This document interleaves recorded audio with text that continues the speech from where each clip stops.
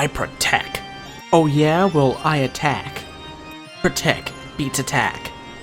No. Attack beats protect. No.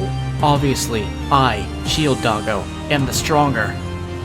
Oh yeah? Well, does Shield Doggo have a sword? Not really, no. Well then take this. Ha! Naruto attack, number 512.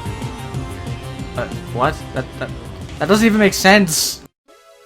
Alright, so these two are a gigantic mystery. Sort of. They're really weird looking legendaries to me, because in the trailer they're presented in, they look like they're almost made of, like, clay. That's like the animation's fault, not theirs. Sword Doggo versus Shield Doggo, who wins? Who's better, Doggo? Comment down below. Okay, thanks, bye. Zacian and Zamazenta, both legendaries for Pokemon Sword and Shield. Ow, that was my arm. Why am I looking at his face? Zacian and Zamazenta are the two wolf legendaries for Pokemon Sword and Shield. There's a third legendary who's hinted at in their trailer, but it might not be a legendary at all. It might be the evil team moving in to capture them. Chairman Rose might have something to do with that.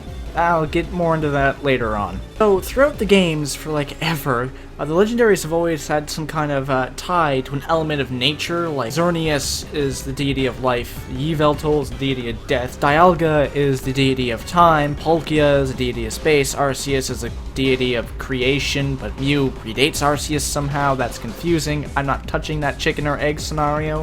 Kyogre and Groudon control land and sea, Rayquaza controls the sky, things like that. There's normally a theme with the legendaries, and with Zacian and Zamazenta, that's a bit more difficult because they're literally just a sword and a shield. So what element of nature could a sword and a shield represent? You might immediately start thinking of the strength and weakness. No! Because in Zamazenta's case, the best offense is a really good defense. In Zacian's case, the best defense is a really strong offense. Keep your opponent pressured so they can't fight back. So, what would they even represent? If you have any theories, comment down below. I'm going to move forward with this video assuming they don't really represent anything. They are literally just plastered there to make the box art look nice. The biggest issue is these two, like Dialga and Palkia and Arceus and Giratina? I can never pronounce it. They're a mystery to the residents of the Galar region. They're just shrouded in mystery. No one really knows who or what they are unless you go to a library and read a very specific set of books like Cynthia did. So, how could these two tie into the plot effectively and naturally? The first thing that comes to my mind is there is a third legendary, and it is a threat to human existence, and these two were created, they're artificial Pokemon, or they were bred to counteract that third legendary before it destroys all of humanity. They are attack and defense, and they work in tandem with one another in perfect harmony to keep that third Pokemon in check. Theory number 2 is that they're kind of like Regigigas, where they're in slumber until they're needed. So they're like the guardians of Galar. They will arise if anything threatens the balance of nature, kind of like Moltres Zapdos Narticuno from the Pokemon 2000 movie. So, how does this all tie back to Chairman Rose like I kind of brought up earlier? My theory is that Chairman Rose is a man of business first, people second. He wants to keep his quote-unquote investments in check.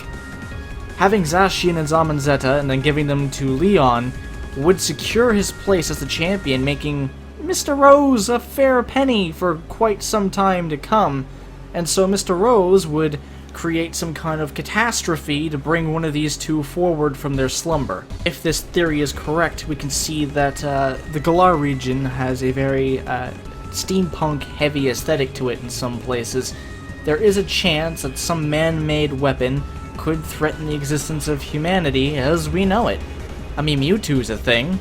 Why not another man-made Pokemon? Then again, it might not have anything to do with Leon at all. Mr. Rose could just be trying to secure the investment of the gym thing by having Zacian or Zamazenta show up as kind of like a performance act. Maybe as like a trophy for winning the league, you would get one of these Pokemon, and so he's going out of his way to disturb the balance of nature to get these as some sort of prize. Which is like morally wrong. This is like black market level crap right here, if this goes through. Now of course Mr. Rose would want to save face, so he wouldn't get personally involved in this until he absolutely had to. Like, we drove his minions, his team, all the way to the back corner where finally he has to reveal himself and be like, yeah, I can't let you get away with this knowing what you know. We have to stop you here and now. So in order to save Zacian or Zamanzetta from Mr. Rose, you're actually given the opportunity to test your merit against them, and they will give you an opportunity to catch them because they actually kind of like you. Like all legendaries do for some reason. Seriously, with every legendary in 3rd gen and up, it's rampage, rampage, rampage, world's gonna be destroyed. Oh look, it's the pro tag. Yeah, I got time to fight you. Zacian and Zamanzetta, they're definitely related in some way, because they look at how they are in the trailer. They attack each other first, and then they're like, oh, yeah, it's you. How you doing? Been a while. How's mom? I do strongly believe these two were bred together, like they are related in some way. They treat each other like it in the trailer. It just kind of makes sense to me. They are united under a common goal of a third mysterious figure making the leaves rise, and I do believe they have each other's back through thick and thin, no matter what kind of evil's going to show up, except Game Freak, who's going to separate them by version exclusives. Splitting up brothers isn't nice.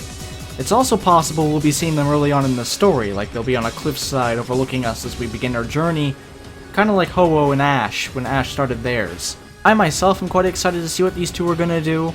I want to know what the evil team's plan for them is. What do you think is going to happen? Let me know down below in the comments. Be sure to like and subscribe. Hit that bell if you haven't and you want to see more of my content 2 or 3 times a week. I say 3, but real life gets in the way sometimes. It can't be helped. And I hope to see all you beautiful people in the next video. Bye!